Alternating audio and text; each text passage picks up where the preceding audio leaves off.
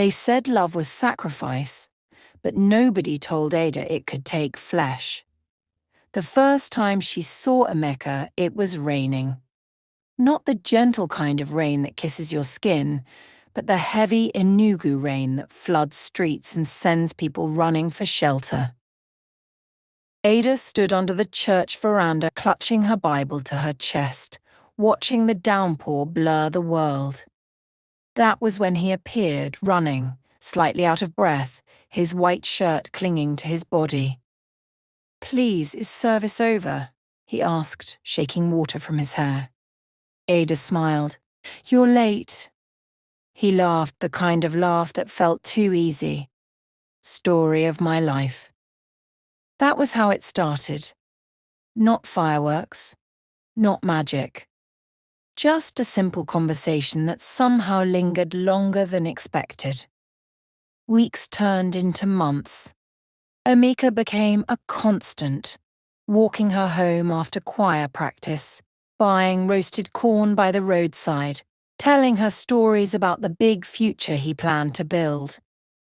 "I won't always be like this," he would say. "One day I'll make it, and when I do, you'll enjoy it with me." Ada believed him. Not because he was rich, not because he was perfect, but because he looked at her like she mattered. Her mother didn't agree. "There is something about that boy," Mama said one evening, her voice low and cautious. "I don't trust it." Ada sighed. "Mama, you don't trust anybody." "I trust what I see, and what I see is a man with too many dreams and no ground. But love has a way of muting wisdom." Ada chose Emeka anyway. Their wedding was small but joyful. Plastic chairs, loud music, jollof rice that finished too quickly.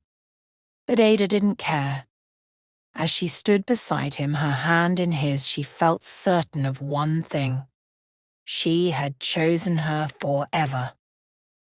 Forever, it turned out, was not as smooth as it sounded. The first crack appeared quietly. Money. Emeka struggled to keep a steady job. One month he was working, the next month he wasn't. Promises came easily to him, but consistency did not. "Ada, just manage this month," he would say. And she did. Again and again. She began to carry more weight. Feeding the house, paying bills, covering gaps. At first it felt like partnership. Then it began to feel like survival. One evening Nipa took light again. The room was hot. Sweat clung to Ada's back as she fanned herself with a newspaper. "Did you pay the electricity bill?" she asked gently. Emeka didn't answer immediately. "Emeka?" "I said I will handle it," he snapped. The sharpness in his voice surprised her. "I was only asking—" "And I said I will handle it," he repeated louder this time. Silence filled the room. Thick, uncomfortable. Ada looked at him, searching for the man she married. He was still there. But something else was growing too. Later that night, he apologized. "I'm just stressed," he said, pulling her close. "Things will get better." Ada nodded against his chest. She wanted to believe him. So she did. The day everything changed started like any other. Ada was in the kitchen frying a kara when she heard the sound. A heavy thud. "Emeka?" No response. Her heart began to race. She rushed into the sitting room and froze. Emeka was on the floor. Unmoving. "Emeka! Emeka!" Her voice shook as she knelt beside him, tapping his face. Nothing. Panic swallowed her whole. The hospital was chaos. Nurses rushing, machines beeping, questions flying. Ada sat outside the ward, her hands trembling, her wrapper loosely tied, her mind unable to catch up with reality. After what felt like hours, the doctor called her in. "Ada, please sit." Those words alone made her chest tighten. "There is a problem with your husband's kidneys," the doctor said carefully. "They are failing." Ada blinked. "I don't understand." "He needs a transplant." The world went quiet. News spreads fast in Nigeria. Soon family members began to arrive. Uncles, aunts, cousins. Voices filled the hospital corridors. But when the doctor explained what was needed, a donor, the noise faded. Suddenly everyone had reasons. "I have children. My blood pressure is high. I wish I could help, but..."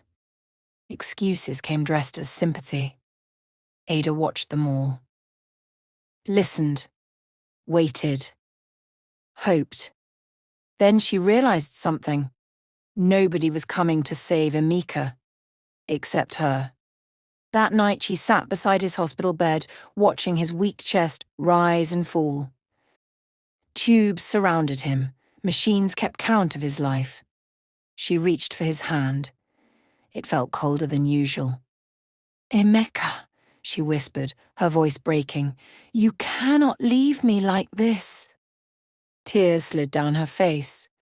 The next morning she found the doctor. "I will do it," she said. The doctor frowned. "Are you sure? This is a major decision." "I am his wife." "That is exactly why you must think carefully." Ada didn't hesitate. "I already have." When Emeka woke and heard the news, tears filled his eyes. "You would do that? For me?" Ada smiled softly, even as fear gripped her heart. "We are one, remember?" He squeezed her hand weakly. "I will never forget this." Ada believed him. For a long moment they just stared at each other. Two people bound by something deeper than words. Or so she thought.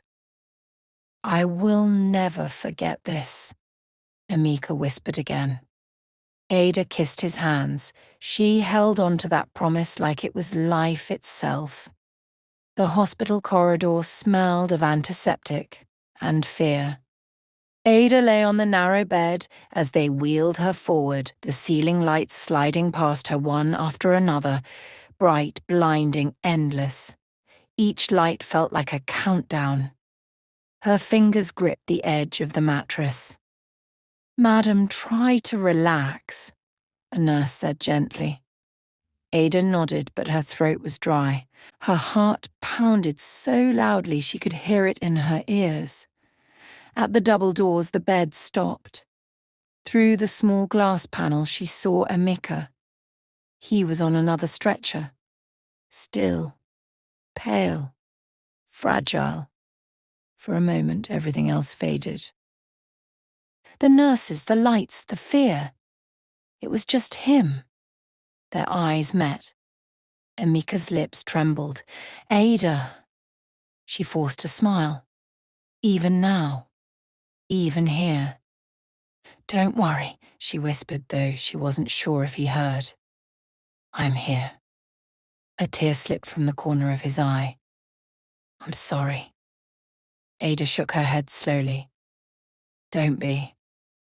Because love to her was not something you regretted. The doors swung open. And just like that, they were separated. Inside the operating theatre, the cold hit her immediately. It wrapped around her skin like ice. Machines beeped steadily, metal instruments clinked softly, voices murmured in calm, practiced tones. Everything felt distant, unreal. "Count backwards from 10, the anaesthetist said. Ada swallowed. 10? Her voice was small. 9. Her eyelids felt heavy. 8. Her thoughts began to blur. Please let him live. 7. Darkness. Pain dragged her back. Not gently. Violently. Ada's eyes flew open. A sharp gasp tore from her throat as her body instinctively tried to move, but the pain stopped her. It was everywhere. Deep, burning, unforgiving. Her hand moved weakly to her side and froze. Bandages. Tight, heavy. Real. Easy, easy.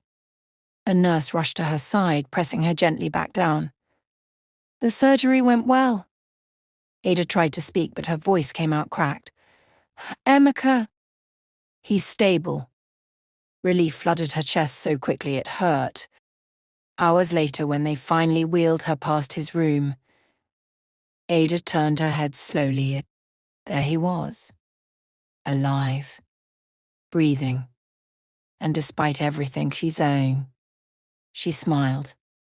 Because in that moment she believed, this pain has meaning. Coming home felt like stepping into a life that had been paused. The same furniture, the same walls, but everything felt different. At first things were good, better than good. Emeka was attentive, gentle, careful. He helped around the house, checked on her constantly. Ada, don't carry that. Ada, sit down. Ada, are you okay? Neighbors came to visit, bringing food and praise. You are a strong woman. A good wife. A rare woman. Ada smiled politely, but deep down she didn't feel strong. She felt empty. Her body was still healing. The scar across her side was a constant reminder. Sometimes she would stand in front of the mirror tracing it gently, not with regret, but with something she couldn't quite name. Meanwhile, Emeka began to change. Slowly. Almost unnoticeably. He started going out more. At the office, he would say, work is demanding now. Ada nodded, of course, and he had lost time. He needed to rebuild. But then came the late nights, the missed calls, the distracted conversations. Ada, I'm tired, he would say, barely looking at her. And she would swallow her questions. Because she didn't want to seem ungrateful. Because she didn't want to believe anything was wrong. Distance doesn't always announce itself. Sometimes it creeps in quietly, like a shadow stretching slowly across a room. Ada noticed it in the little things. The way Emeka stopped asking how she felt. The way he no longer reached for her at night. The way his laughter disappeared from their home. One evening she cooked his favourite meal, ofe nsala. She set the table carefully, her movements slow but deliberate. When he walked in, she smiled. I made your favourite. He glanced at the table. That was all. They ate in silence. The clinking of spoons against plates louder than any argument. Emeka, she began cautiously. He didn't look up. Yes? Is everything okay? He sighed, dropping his spoon. Ada, please. Not today. Her chest tightened. Not today? Or not ever? He stood up abruptly. I said I'm not in the mood. The door to the bedroom shut harder than necessary. Ada remained at the table. Alone. The food grew cold. It started with whispers. Soft conversations that stopped when she entered the room. Phone calls taken outside. Messages that made him smile, but never in her presence. Ada told herself she was imagining things. Until the evening, everything changed. Emeka was in the shower. Ada sat on the bed staring at nothing. Her body ached faintly, but she had learned to live with that.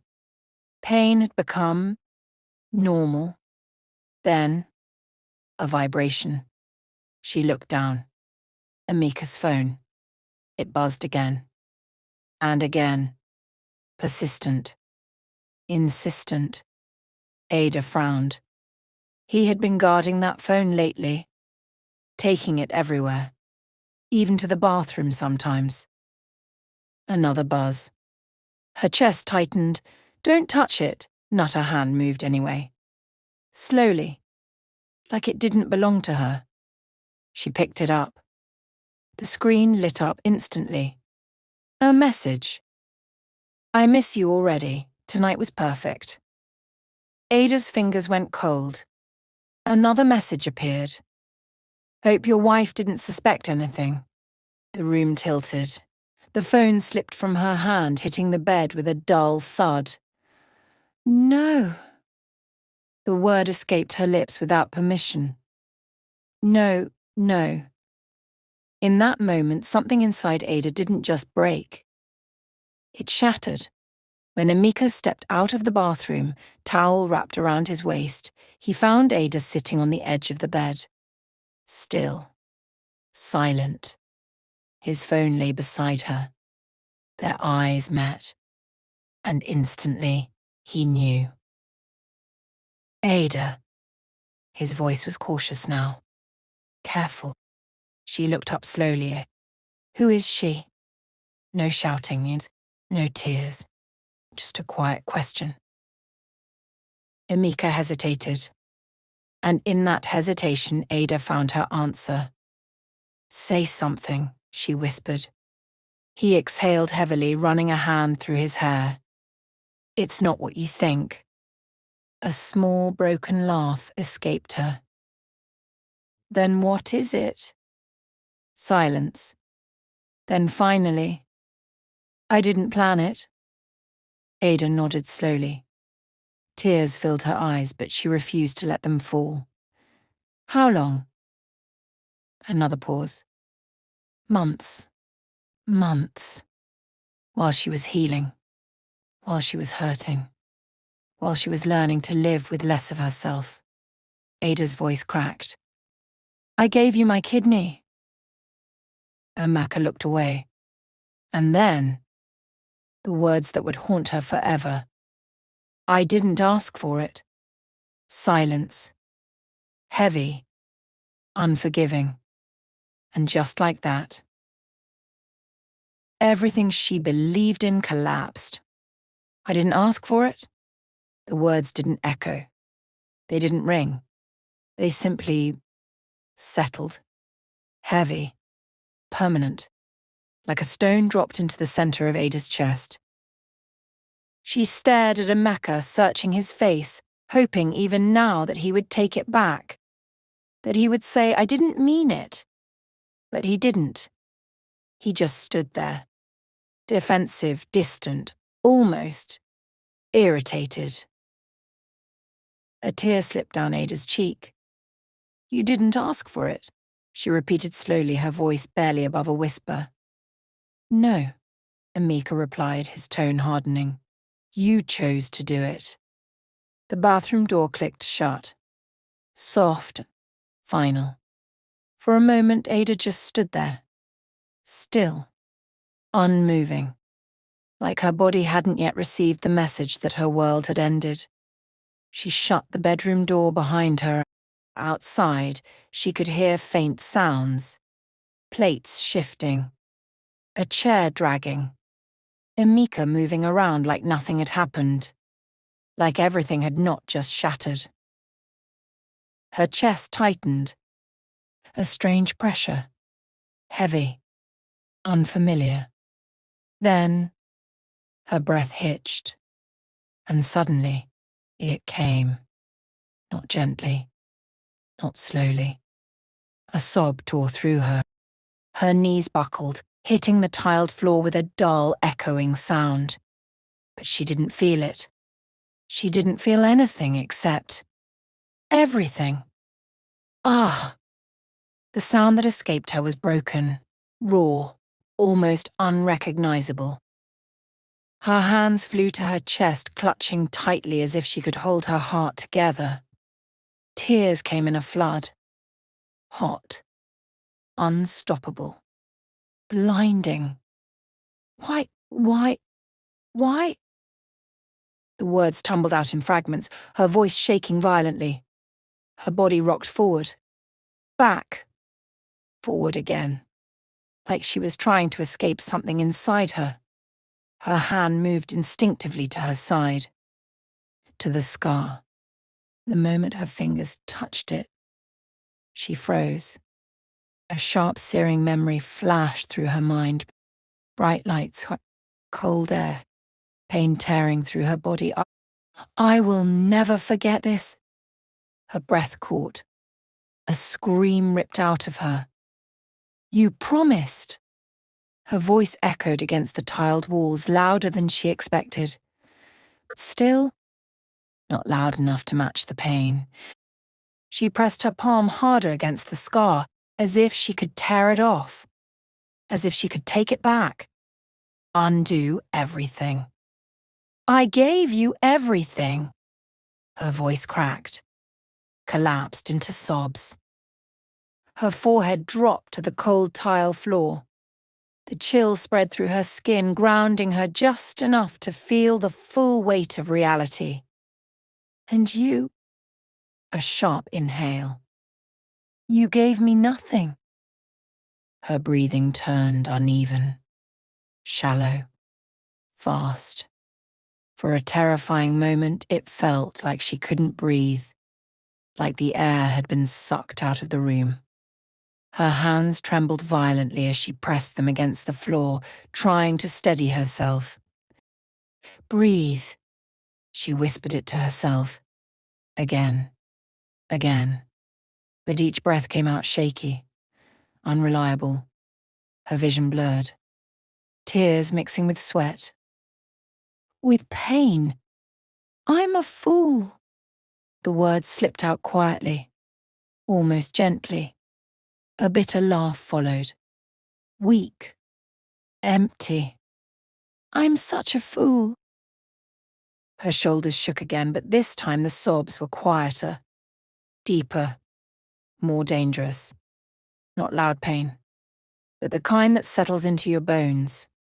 Minutes passed, or maybe hours. Time didn't exist anymore. At some point the crying slowed, not because she felt better, but because her body had no strength left. She sat there, on the floor. Drained. Hollow.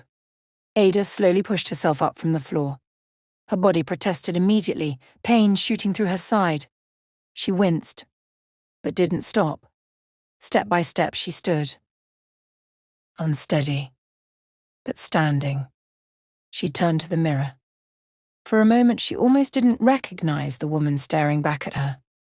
Her eyes were swollen, red, her face streaked with tears, hair scattered.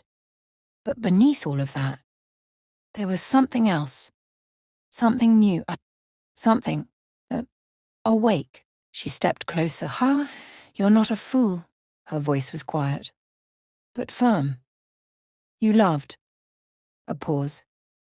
And you survived. Her reflection stared back at her. Not broken, not weak, wounded. Yes. But still standing, Ada wiped her face slowly, took a deep breath, then another, and without another word, she opened the bathroom door, not as the woman who walked in, but as someone else entirely. The decision didn't come with drama. No shouting. No final fight. Just clarity. One afternoon while Emeka was out, Ada brought out a small suitcase. She folded her clothes carefully, neatly, deliberately. Each item she packed felt like reclaiming a part of herself. When she was done, she stood in the middle of the room, looking around. Memories lived in those walls. Laughter, pain, hope, disappointment. But none of it belonged to her anymore. When Emeka returned that evening, he found her by the door, suitcase beside her. Ada, what is this? She met his eyes, calm, steady. I'm leaving. His chest tightened. You can't be serious. I am. Ada, it's just a mistake. She shook her head. No. A pause. Then, you are the mistake I refuse to see. Freedom didn't feel like joy, not at first. It felt like silence, like emptiness, like standing alone in a wide, unfamiliar space. Lagos was loud, chaotic, unforgiving. But it didn't know her story, and that was exactly what she needed. Ada rented a small room, started small, cooking, selling, surviving. Some days were hard, some nights were harder, but slowly as she began to breathe again. Time didn't erase her pain, but it softened it. Her small cooking business grew. Customers came back. Word spread. Ada's kitchen, they called it. She smiled more, laughed more, lived more. And one day, without realizing it, she stopped thinking about Emeka. The scar never left, but it stopped hurting. Sometimes she would trace it absent-mindedly, not with sadness, not with regret, but with pride. It was proof. She had loved deeply, given freely, survived completely. At first, it felt like freedom. No questions, no quiet stares, no reminders of sacrifice. The woman, Kioma, was everything Ada was not. Loud, flashy, effortless. She laughed at his jokes, touched his arm often, made him feel like a man who had finally arrived. Life is short, Emeka, she would say, sipping wine like she had no worries in the world. Enjoy it. And he did. New clothes, new habits, new life. He told himself he deserved it. After everything he had been through, after all the pressure Ada had placed on him. To keep up with the lifestyle, he kept selling off some of his properties until he had none left. Chioma, noticing the less inflow of cash, became impatient and threatened to leave. See, Emeka, I'm a baddie to be spent on and not managed. My birthday is coming up in weeks' time. You have to do something about, or else I'm gone. Haba, my love, you know how hard things are right now. Oh, please, spare me those crap talks. You have a land bequeathed to you and it's a good location. That's the only property I have, Emeka said defensively. Exactly why you should sell it and make name for yourself. You can use the money and relocate outside the country. You think that's a good idea? Emeka asked. Oh, yes. And I know of someone that can help with the visa processing and all that, Kioma said. And Emeka hugged her for giving him such a life-changing idea. Thank you for coming into my life, he said. When the land was finally sold, Kioma convinced him to have the money sent into her account, and he sheepishly agreed. The day everything collapsed started like any other. Emeka called her. No answer. He texted. No reply. By evening, unease crept in. By night, panic took over. He went to her apartment. The door was open. Inside, empty.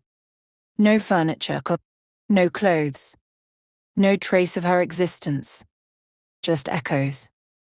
A neighbor leaned over the balcony. She moved out this morning, the woman said casually. Emeka blinked. Moved? Where? The woman shrugged. No idea, but men like you should learn. The words stung. Learn what? She looked at him for a long moment, then said quietly, the difference between love and enjoyment. The silence returned. But this time, it stayed. No laughter, no music, no distraction. Just him. And the truth. Bills piled up. Calls came in. Debts he had ignored now demanded attention. And in the middle of it all, Ada's face began to return and Not smiling, not warm, just looking at him. Disappointed. It started with one drink. Just to clear my head, he told himself. Then another. Then every night. Alcohol became easier than silence. Easier than memory. Easier than guilt. The room would spin. The pain would dull. But only for a while. Because every morning, reality waited. One morning he woke up with a sharp pain in his side. He ignored it. Another day. Another drink. The pain returned. Stronger. Persistent. Until one evening, his legs gave way, and he hit the floor. Alone, the hospital again. Same smell. Same cold walls. But this time, no Ada. The doctor's voice was calm. Too calm. Your kidney is under severe stress. Emeka's heart dropped. You need to take this seriously, the doctor continued. With your history, this is dangerous. History. The word echoed. Ada. The surgery. The sacrifice. The betrayal. Everything came rushing back. That night he couldn't sleep. Not because of pain, but because of memory. He saw her again. On that hospital bed. Weak. Smiling. Choosing him. I will never forget this. His chest tightened painfully. I forgot. The words slipped out. Barely audible. Tears filled his eyes. I forgot you. It was a Sunday afternoon in Lagos. The kind where the sun sat low but stubborn, casting long shadows across the street. Ada's shop was busy. Plates clinked. Laughter rose and fell. The scent of pepper soup and fried rice filled the air like a warm embrace. Ada moved with ease now. Confident. Grounded. Alive. Auntie Ada, add small meat, please, a customer joked. She laughed lightly. You people won't finish me in this shop. Life was moving. And for the first time in a long time, she was not chasing it. She was inside it. Then the bell above the door rang. A soft, almost forgettable sound. But something inside her stilled. She didn't turn immediately. Didn't rush. Didn't panic. Slowly. She wiped her hands on her apron. Turned. And there he was. Emeka. For a moment the world didn't stop. It continued. People still talked. Plates still moved. But for Ada, everything narrowed. He looked different. Not just older. Not just tired. Diminished. His shirt hung loosely on his body. His eyes were sunken, carrying the weight of sleepless nights. His once confident posture had collapsed into something uncertain. And in that moment, Ada didn't see the man who betrayed her. She saw the man who lost everything. Their eyes met. Emeka opened his mouth slightly, closed it again. He had rehearsed this moment, over and over. In empty rooms, in restless nights. But now, the words refused to come. Ada broke the silence first, not with anger, not with softness. Just truth. You're not well. It wasn't a question. Emeka let out a small, dry laugh. Life happened. Ada nodded once. She understood that kind of answer. A customer called from behind her. Auntie Ada. She raised a finger gently. 1 minute. Then her attention returned to him. Fully. Calmly. What do you want, Emeka? No bitterness. No curiosity. Just clarity. He swallowed hard. His hands trembled slightly at his sides. I just wanted to see you. A pause. I heard you're doing well. Ada didn't respond immediately. She simply looked at him. And for the first time Emeka felt exposed. Completely. I'm sorry, he said finally. The words came out broken. Not rehearsed anymore. Not polished. Real. I know I don't deserve anything from you, His voice cracked. I just needed you to know that I remember. Ada's eyes didn't change. But something deep within them shifted. Remember what? The question landed softly, but it cut deeper than any accusation. Emeka's lips trembled. You, in that hospital. His voice dropped. You choosing me, when nobody else did. Silence. I remember your pain, he continued. I remember your face when you woke up and still smiled at me. His eyes filled with tears. And I forgot. The confession hung in the air. Heavy. Unavoidable. Ada inhaled slowly. For a brief second. Just one. A memory flickered across her face. Then it passed. You didn't forget, she said quietly. Emeka looked up, confused. You ignored it, she continued. A pause. That's worse.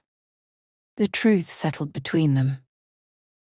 Emeka nodded slowly. Because he knew. She was right. I'm not okay, Ada, he admitted. I lost everything. The money, the woman, my health. He let out a hollow breath. My kidney, it's failing again. The words felt like a circle closing. Ada's expression didn't change.